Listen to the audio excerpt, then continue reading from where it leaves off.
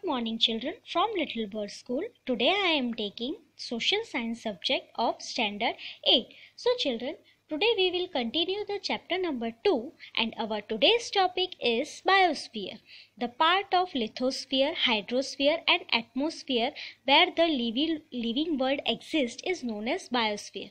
Biosphere तीनों चीज़ों से consist है, जैसे कि लिथोस्फीयर, हाइड्रोस्फीयर और एटमॉस्फेयर। और ये जो तीनों स्फीयर है वो वहीं पाई गई है जहाँ पे लिविंग वर्ल्ड यानी जहाँ पे इंसान, पेड़ पौधे, पशु पक्षी, इंसेक्ट्स, वेजिटेशन ये सारी चीज़ें पॉसिबल है, वहीं ये बायोस्फीयर पाया गया है। Biosphere is the one of the important sphere on the earth.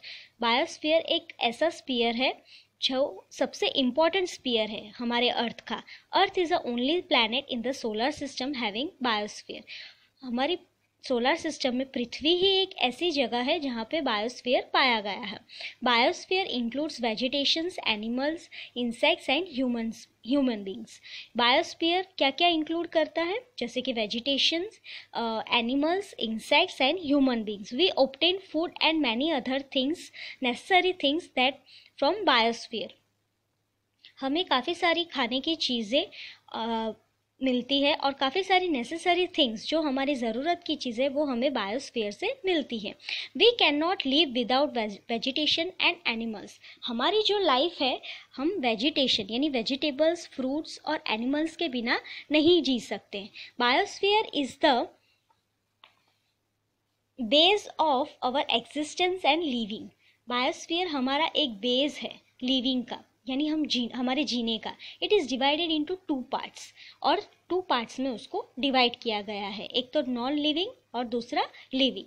Lithosphere, hydrosphere and atmosphere from the non living part, while plants, animals and micro organism are included in the living world. ये जो lithosphere, hydrosphere और atmosphere ये उसके form में जो non living part है, उसके अलावा भी plants, animals and micro organism ये जो चीज़ें हैं उसको लिविंग वर्ल्ड में इंक्लूड किया गया है। If man harms the earth by his activities then do you think it will effect this sphere.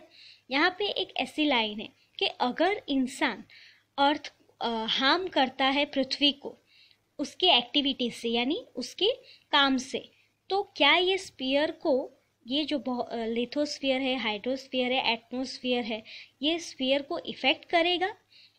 So human beings knowingly and unknowingly undertake many activities for the development.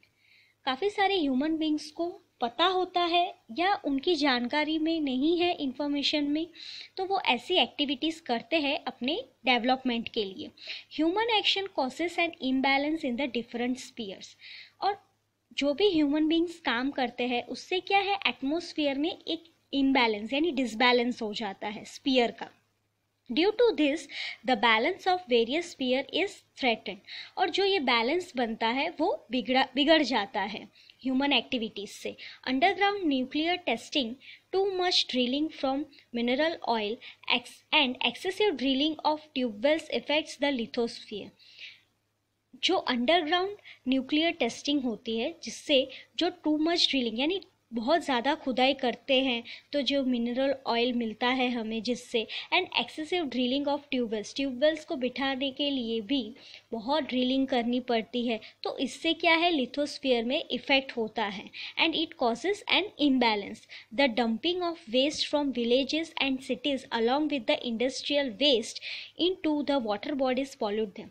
जो सारे कूड़े कचरे हम फेंकते हैं और हमारे जो वेस्ट चीज़ें हैं, इंडस्ट्रियल का जो भी वेस्ट है वो सब जब पानी में जाता है तो वो पानी को भी पॉल्यूट करता है। The polar caps have started melting due to the increasing heat.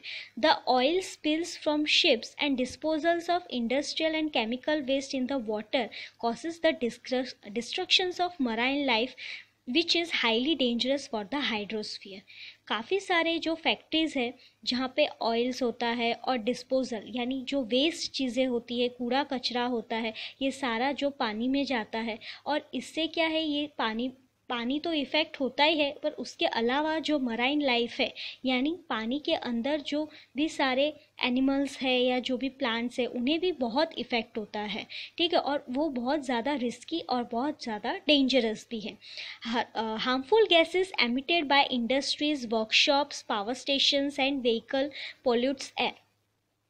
काफ़ी समय पे हम देखते हैं कि इंडस्ट्रीज से बहुत सारे पॉल्यूशन निकलती है, बहुत सारे धुआं निकलता है वर्कशॉप से, पावर स्टेशन से, और व्हीकल्स भी अपना जो वेस्ट है वो धुआं निकालती है, ठीक है। तो उससे क्या होता है कि एयर पॉल्यूट हो जाता है, यानी एयर बहुत ख़राब हो जाता है। और वही चीज़ जब हम ब्रीथ करते हैं, हम स्मेल करते हैं, अपने अंदर लेते हैं, तो वो हमारे ह्यूमन बॉडी को भी बहुत इफेक्ट होता है। The areas with the higher frequency of vehicles show increase the rate of carbon monoxide in the air. The amount of CO2 is in the air increases due to the cutting of trees. जो carbon dioxide है वो हमारे air में increase हो, but वो नहीं होगा, ठीक है, because of cutting of trees. Heat on the earth increases due to the increases of CO2 in the air. In this way human activities affect the biosphere. जो गर्माहट है, heat on the earth increases, इससे क्या है, earth में increase होना, due to the increases of CO2 in the air. वो कैसे होगा, जब कार्बन डाइऑक्साइड इंक्रीज होगा। In this way human activities effect the biosphere. या हम इस यही सारी चीज़ें जो ह्यूमन बींग्स की जो एक्टिविटीज़ है, cutting of trees, then chemical factories से जो वेस्ट निकल के आते हैं, जो हमारे पानी को भी पॉल्यूट करते हैं और हमारे एटमॉस्फेयर को भी पॉल्यूट करते हैं, वही चीज़ जब उससे एयर पॉल्यूटेड होता है, वाटर पॉल्यूटेड होता है, तो ये जो सारी चीज़ें ह्यूमन अपने लिए यूज़ कर रहा है, अपने आप को डेवलप करने के लिए या जो भी है, तो ये क्या है, इफ़ेक्ट करता है हमारे बायोस्फीयर को। The nurturing links of nature are endangered due to the exploitation of environment which endangers the biosphere. और काफ़ी जगह पे हम देखते हैं कि बहुत सारी जो नेचुरल ब्यूटीज़ है, जैसे कि ट्रीज़ है, बड़े बड़े पेड़ है, ठीक है, और अपने हमारे ह्यूमन नीड्स को फुलफ़िल करने के लिए हम काफ़ी सारे जानवरों को भी हंटिंग करते हैं, तो वो भी एकदम गलत है। तो ये क्या है, हम एक्सप्लॉयटेशन ऑफ एनवायरमेंट को हम ख़राब कर रहे हैं, ठीक है। इससे क्या है, बायोस्फीयर पूरा एंडेंजर्ड हो गया है, यानी पूरी तरीके से खतरे पे आ गया है, ठीक है। Okay, so we looking all of this, यानी काफ़ी सारी चीज़ें, ह्यूमन एक्टिविटीज़ ने बायोस्फीयर को बहुत सारी तरीक़ों से मतलब इफ़ेक्ट किया हुआ है, जिससे क्या है, बायोस्फीयर पे बहुत हानिकारक पड़ रहा है, और वो हमारे लिविंग बींग्स के लिए, हमारे ह्यूमन बींग्स के लिए वो सारी चीज़ें अच्छी नहीं हैं। Okay children, up to this so we will complete our chapter. Okay, thank you. Good morning.